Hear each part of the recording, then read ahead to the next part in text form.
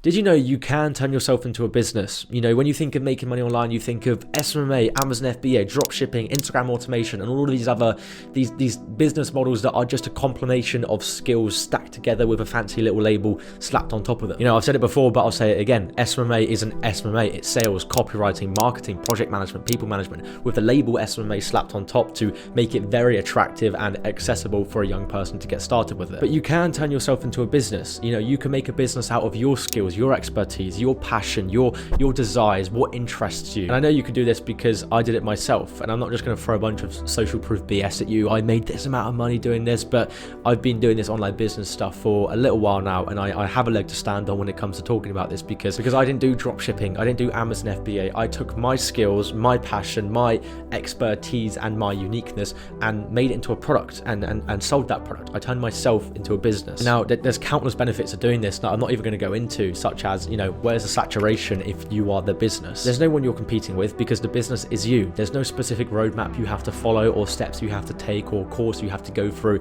because it's you. And so I'm going to tell you how I turned myself into a business and exactly how you can too.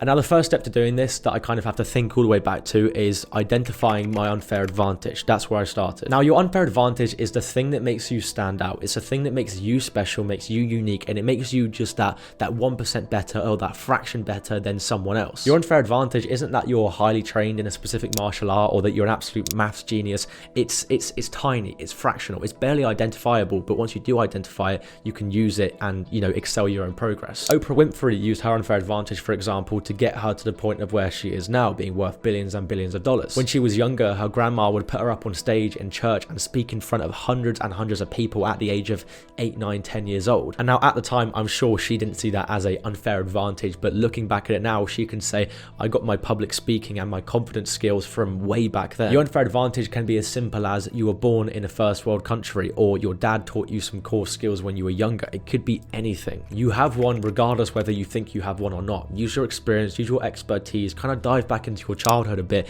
and try and pick out what you think made you who you are today. It may take a bit of soul searching to do, but finding your unfair advantage gives you an edge on other people. It gives you a reason to hone in on a skill and then sell that skill as a service. Because without any kind of unfair advantage, you are a copy and paste of everyone else, and therefore you have no reason to believe that you can be different or be better.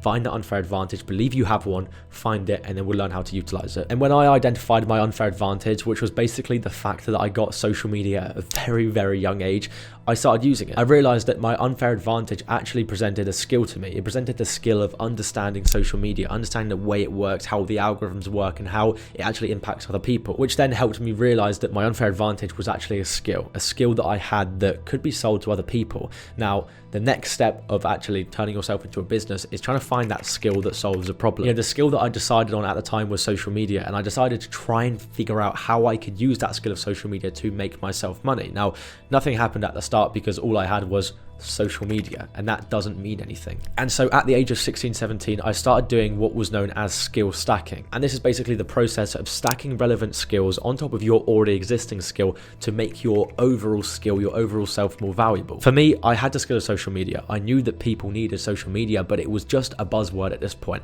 It wasn't until the point where I went and learned social media growth and algorithms and strategy that I was able to actually put that skill into a sellable format. And because I stacked the skill of growth on top of social media, I was then able to sell the service of social media growth to people that needed my service. But even at that point, I realized that my skill of social media growth, in which I actually started going around and selling to restaurants, like I would walk into a restaurant with a suit and tie on and go, you need your social media grown and I can do it for you. It wasn't until I realized that if I wanted to sell my skill for a decent amount of money that was worth my time, I needed to develop skills or make myself be perceived as being irreplaceable, which in other words basically means make myself be seen as extremely valuable, that someone couldn't then replace me for someone else. And so that's what I did. I focused very, very heavily on hospitality companies, restaurants, local businesses that need their social media grown. And I was this expert that knew how to grow their social media specifically so they could get more foot traffic into their business, ideally make more money, all this kind of stuff, which didn't make me irreplaceable necessarily, but it pushed me one step closer to it. They couldn't then fire me and then go,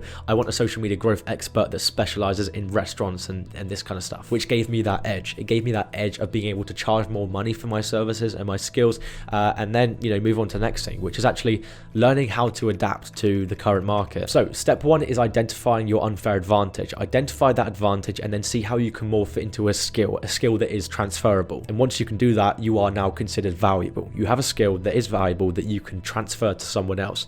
And now we move on to stage 2, adapting to the current market. And this isn't only an external market that you need to adapt to, but it's also an internal market. As your skills and your experience develop, you need to sell them at market value. You know, if I had always sold my social media growth services at £400 a month, even if I had 10, 15 years in the game, I would go nowhere. Therefore, as my experience increased, as I learned more, as I had more knowledge and I became more valuable, I therefore increased my price. And not only that, but I found more valuable places to sell the same skill that I had. So I adapted to other markets as I improved. I realized that there was a ceiling in the restaurant game. I could only sell restaurants social media services at a certain price before they were like, it's not worth it. And so I had to find another market where I could sell my skills for more money, and that's when I became a freelancer. I started applying to platforms such as Upwork and Fiverr and selling my skills there. This way I was able to pick and choose the companies that I wanted to work with, that I felt like would pay me the most amount of money for the same skills, and it worked a charm, because instead of being paid £400 a month to do social media growth for a restaurant,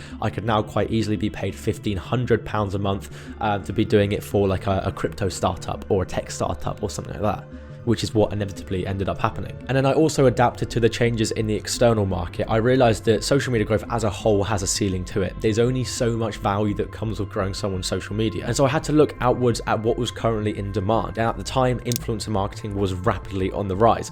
Influencers were getting brand deals like nobody's business, and more companies wanted to jump and dive into the influencer space. And I saw that because I started to create content myself. I started to make content about finance and entrepreneurship on TikTok, and I realized that this is a trend that is growing, and if I don't take advantage of it now, then I'm going to miss the boat. And so I took advantage of it. I used my skills as a little micro influencer and went, I'm going to work in the influencer marketing space, which meant I didn't only adapt internally, but I also adapted externally, and that is stage 2. Now, stage 3 is planting multiple seeds. Like I said, not only was I doing social media growth for companies, but I was also posting on TikTok at the time, trying to build out what I thought would be this big personal brand. And nothing happened for a long time, don't get me wrong, but I planted the seed. I planted the potential opportunity that could grow into something big. And when you do this yourself, the majority of opportunities that you plant for yourself will fail. They will dry out, they won't grow, and they will just turn into this little piece of mush. But there will be a few that will sprout. There'll be a few opportunities that you plant that will show potential and just require a bit more nurturing from yourself to, grow into this beautiful flower or whatever you want to say. And that's what happened. This opportunity that I planted for myself of potentially building a personal brand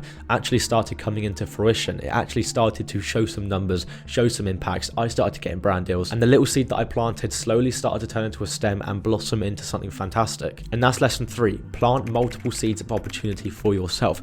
No matter what it is, plant it. Start to nurture it, start to work on it. If you see there's no potential, leave it and move on. Like I said, there's not a guarantee that something's going to come out of those opportunities, but if you don't plant any opportunities, any seeds for yourself, you can be 100% sure that nothing's going to come out of them. Stage 4, I reframed the way in which I sold my skills. At this point, I was able to start to take advantage of the opportunities that I planted for myself. And so the skill I had of running influencer marketing, in which I adapted from social media growth to influencer marketing, I now was, quite good at that skill, which meant that instead of just selling it as a service, I was able to use my platform, the personal brand that I built, by planting that seed and start teaching it as well. I went from running influencer marketing services for companies to also teaching people how I ran those influencer marketing services, and basically splitting up the one skill I had, influencer marketing, into 2. One where I sold it and one where I taught it. Like I say, practically doubling my income. And this is what all the big dogs do. This is what Im Callum did, for example, right? He started off selling his service as a skill to other companies, did that, and then realized, hold up,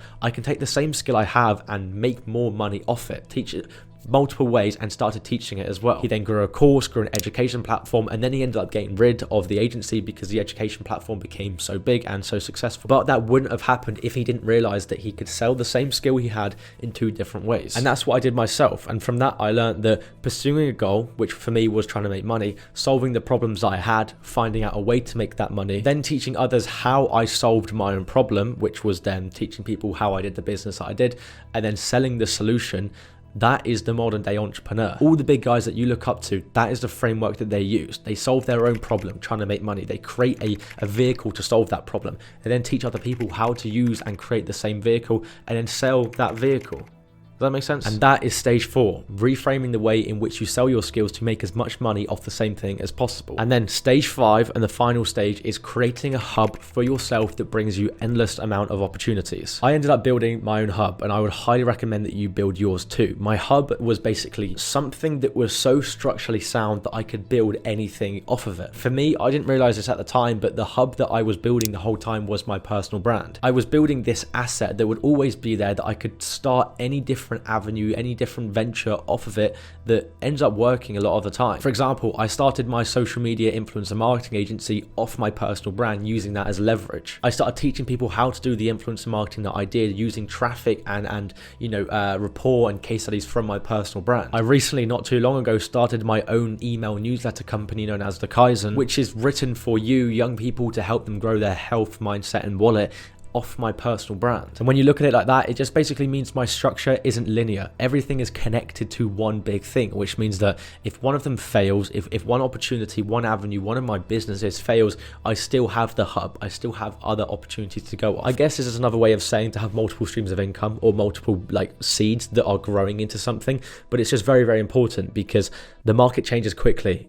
Everything good never lasts. Therefore, you have to make sure that you build your own hub and create as many opportunities, plant as many seeds on that hub as possible that could sprout into something incredible. Don't just use me as an example though, right? A lot of people know Ali Abdaal, right? He started off as a doctor. He then built out his personal brand. He started teaching people how to study to become a doctor like he did off his personal brand, his hub. He then started teaching people how to become a YouTuber off his hub. He then started selling this productivity line and tools and stuff like that off his hub. He then wrote a best-selling book and sold it off his hub. For him, if one avenue fails, it's okay because he still has this hub, this core thing. And it doesn't always have to be a personal brand. It just has to be something structurally sound that can support other avenues of business or growth or making money. And that is stage 5, working on building your own hub. So to conclude everything that you can kind of walk away with in an actionable format, follow this list. Firstly, identify your unfair advantage and merge it into a skill that can solve a problem and is transferable. Secondly, make sure you adapt to the changes in the external market and the internal market and price yourself accordingly. Thirdly, make sure you're planting multiple seeds of opportunity, multiple seeds of potential, if you like. Fourthly, look for ways to reframe the way in which you sell your skill. Look for ways to multiply the way in which you're selling your skill and make more money off the same skill. And the fifth one, the last one, create a hub that acts as a foundation, a solid foundation for endless amount of opportunities. Those are the 5 steps that I followed to turn myself into a business, and those are the 5 steps that you can follow yourself to do exactly the same. My Instagram's in the description below. Hit subscribe and I'll see you in the next one. Thank you.